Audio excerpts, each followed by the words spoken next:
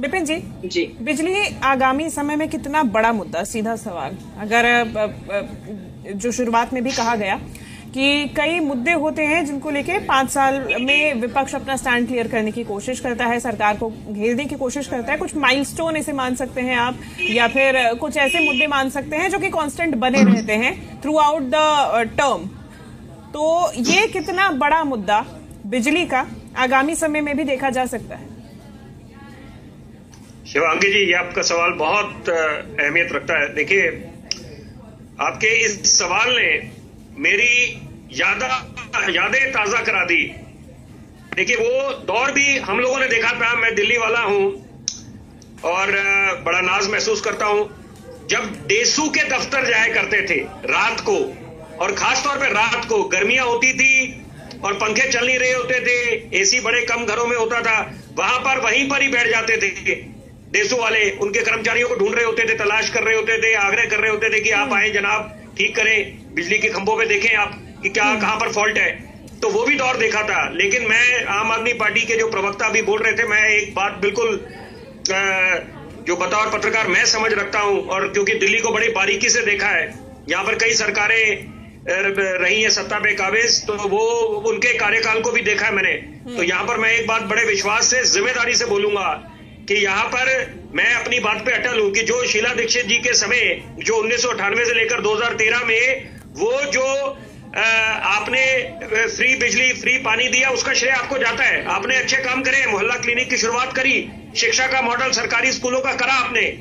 लेकिन जो बात मैंने बोली, मैं पहले उसको पूरा करूंगा कि वहां पर तो बहुत हद तक वो निजात पा लिया था। जो पावर कट्स हुआ करते थे वो शीला दीक्षित जी के कार्यकाल में, मैं कोई कांग्रेस का प्रवक्ता नहीं हूं, लेकिन आप सही को सही बोलेंगे, ये हमसे अपेक्षा करी जाती है कि फैक्ट्स को हम बिल्कुल सामने रखें। दूसरी बात है कि एक तरफ हम बात करते हैं डेसू का जमाना था और वहां पर दिल्ली विद्युत बोर्ड, फिर दिल्ली स्टेट इलेक्ट्रिसिटी बोर्ड, यहां पर दिल्ली ट्रांसको जो लिमिटेड है, जो गवर्नमेंट ओन्ड कॉर्पोरेशन पीएसयू। तो यहां पर आपको समझने की आवश्यकता है कि एक तरफ देखिए, ये बहुत हद तक जो ये काबू पाया है पावर कट्स में, उसके पीछे भी कई कारण होते हैं कि कभी कभी आप लोड शेडिंग करते हैं, या जो टेक्निकल स्नैक्स आ जाते हैं उन पे आपको रिपेयर वर्क काम करना होता है।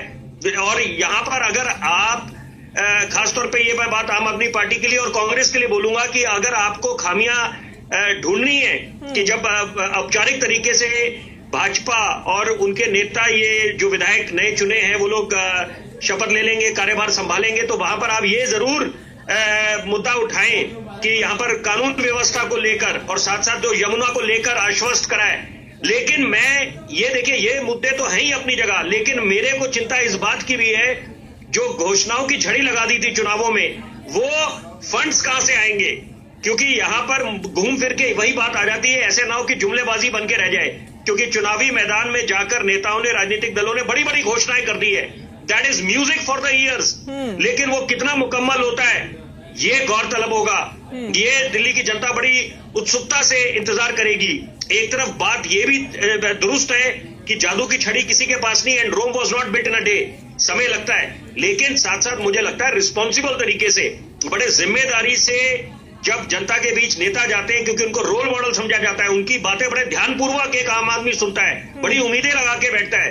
और खासतौर पे दिल्ली में इसलिए भी उम्मीदें हैं क्योंकि यहाँ पर हमारी राजधानी है और पूर्ण राज्य का औहदा नहीं मिला हुआ है। तो यहाँ पर अब ये जो समय है 2025 से लेकर 2030, ये उम्मीद हम लोग लगाते हैं कि यहाँ पर विपक्ष अपना काम करे, लेकिन सरकार जो है, जो वायदे कर रहे हैं वो भी पूरे करे, और साथ साथ एक नए युग का आगाज हो। क्योंकि यहाँ पर संकल्प या एक सपना जो हम संजो के बैठे हैं कि Delhi should become a truly world class city, और एक मॉडल सेट हो, तो वो मुझे लगता है उसकी तरफ ध्यान केंद्रित होना चाहिए। लेकिन अगर आपने क्योंकि बात करी बिजली की, देखिए शिवांगी जी, कई मुद्दे हैं। मैंने इसलिए बात करी कानून व्यवस्था को लेकर, क्योंकि अगर आपने नजीर पेश करनी है, एक मिसाल कायम करनी है, तो कहते हैं charity begins at home, so you have to start it from the capital city. तो और आपको दिल्ली में करना पड़ेगा, क्योंकि अगर दिल्ली में कानून व्यवस्था बिगड़ती है या कोई भी अप्रिय घटना होती है, दुष्कर्म होता है खासतौर पर महिलाओं के खिलाफ, तो वो मुझे लगता है चिंता का विषय है। वहां पर ये एक पुख्ता कदम होने चाहिए सुरक्षा को लेकर, और साथ साथ क्योंकि देखिए ये जो सारा स्ट्रीट फर्नीचर है, इंफ्रास्ट्रक्चर है, उसको भी आपके जो उसमें खामियां हैं उसको दूर करना चाहिए, क्योंकि यहाँ पर अगर सीसीटीवीज या स्ट्रीट लाइट्स नहीं है, क्योंकि ये भी पाया गया है कि जब कुछ ऐसे दुष्कर्म या अपराध होते हैं तो वहां पर स्ट्रीट लाइट्स वहां काम नहीं कर रही थी। तो ये मुझे लगता है तमाम ऐसी बातें हैं जहां पर ध्यान केंद्रित होना चाहिए। यमुना की सफाई सबसे बड़ा मुद्दा है, क्योंकि वो देखा है इन चुनावों में खासतौर पे वो एक बड़ा मुद्दा बन के उभरा है कि यमुना की सफाई को लेकर कि यमुना में जो वायदे करे गए थे वो पूरा नहीं हुए हैं। तो ये मुझे लगता है कि अब काम करने का समय है यहाँ पर, क्योंकि बातें और आरोप प्रत्यारोप दिल्ली वालों ने बहुत देख लिया, अति हो चुकी है उस चीज की। तो यहाँ पर अब मुझे लगता है कि उस चीज पे विराम लग जाना चाहिए।